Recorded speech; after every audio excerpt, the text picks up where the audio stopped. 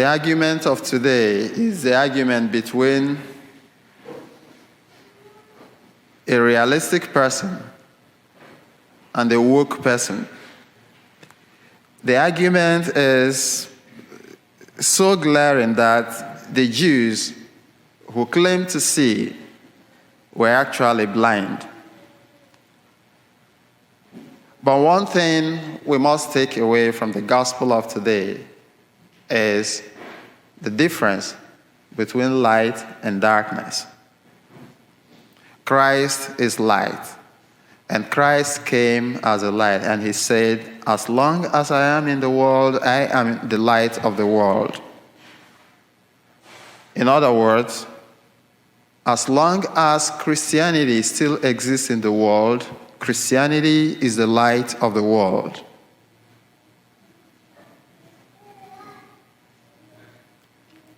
The way God sees is not the way human sees. God sees the innermost. Human beings look on appearance. That's what we take from the first reading. And in the second reading, Paul talks about those who were once darkness. We were once in darkness, and now we have been brought into light by Christ. Darkness and light.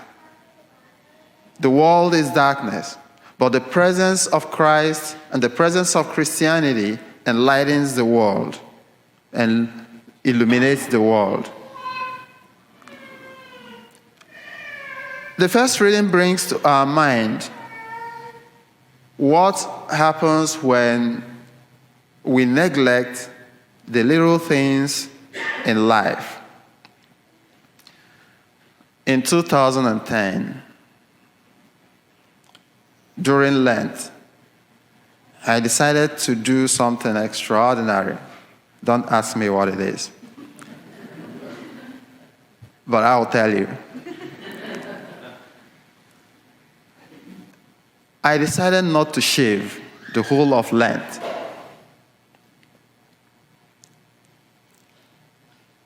And midway through, probably after 2 weeks, I felt I had made a journey to purgatory. Those itches,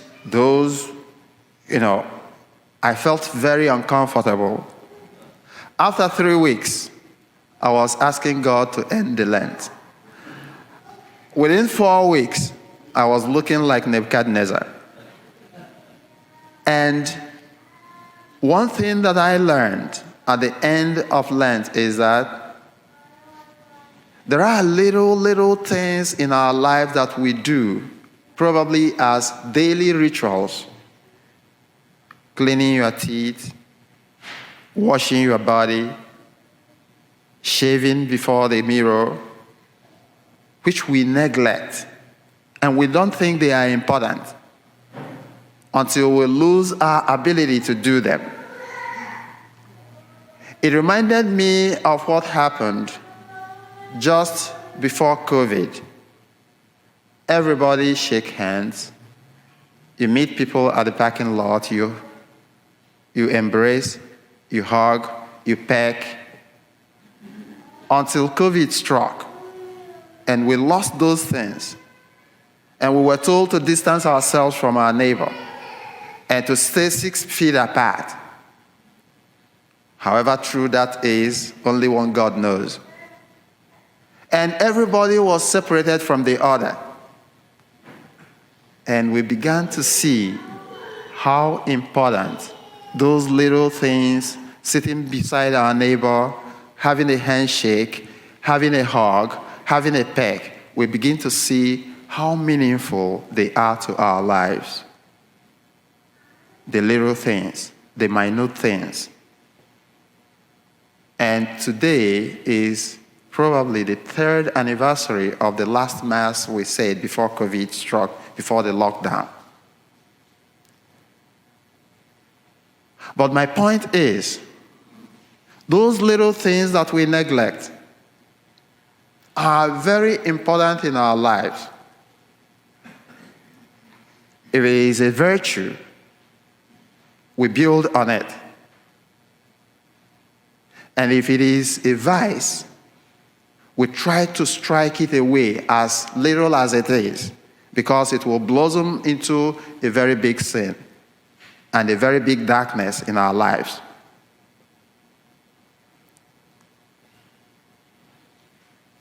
When the prophet wanted to go and anoint a king, he was looking for the bogus things. He was looking for the giants to anoint king, and he neglected the least of the sons of Jesse, which God does not neglect. It is that least person that God has chosen. But in human eyes, we look for the big things, the giant ones, the big ones that will make the whole world know that, oh, we have arrived. But there are little things that we should take care of, that we should give thanks for, that we should know as part and parcel of what God is doing in our lives. In Canada, sometimes in the past, two idiots who are friends decided to play a prank. On a weekend, on a Sunday, they picked up 3 goats and numbered them 1, 2, and 4, and released those goats into the school premises. On a weekend, nobody was there. So those goats were running around the school, droppings everywhere. And on Monday, the first person that came into the school looked and he saw the droppings of a goat. He smelled it and he started looking for it. So those who came subsequently started looking for the goats. They found goat number 1. They found goat number 2. They found goat number 4. And they were looking for goat number 3, which never existed. They closed down the school. Teachers, students, the security, everybody was looking for goat number 3. But there was no goat number 3. They just numbered them 1, 2, and 4.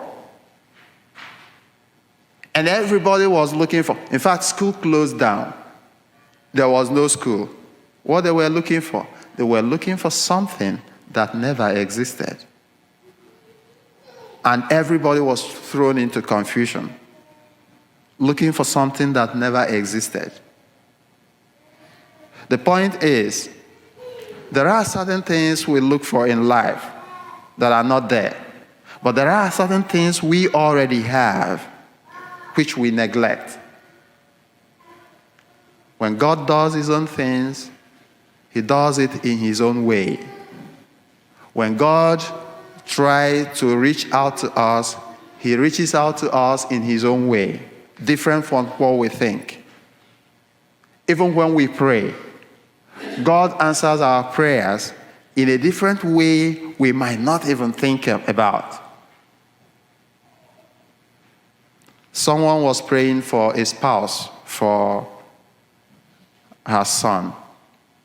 And eventually, he was praying, while the son was a kid, he was praying for a very good spouse who would one day be of the same faith, of the same thing with her son. When her son wants to pick a person, he picked somebody who never believed as a spouse. And she said, so God did not answer my prayer. And I said to her, God answered your prayer. Probably the only way for this lady to be saved was to meet your son. If she never met your son, probably there was no way she could have anything religious in her heart. That's how God answers prayers. And that's the way God deals with things which are beyond us. Dear brothers and sisters, Christ said today, as long as I am in the world, I am the light of the world. In other words, as long as Christians are in the world, Christians are the light of the world. And we must act like lights. This is the opportunity. The Lenten period is an opportunity for us to shine out in the darkness of our world. And shining out in the darkness of our world means that we be faithful to the truth of what we believe in, even in the midst of all the cacophony that is happening in our world. A light is not swallowed up in darkness, no matter how little it is. A light shines out in darkness. If you follow the trend in the world today, the world is getting darker. But Christians are still there. And we must shine. Just like Paul said, you were once darkness, but now you are light in the Lord. It is for every one of us. We should always remain the light.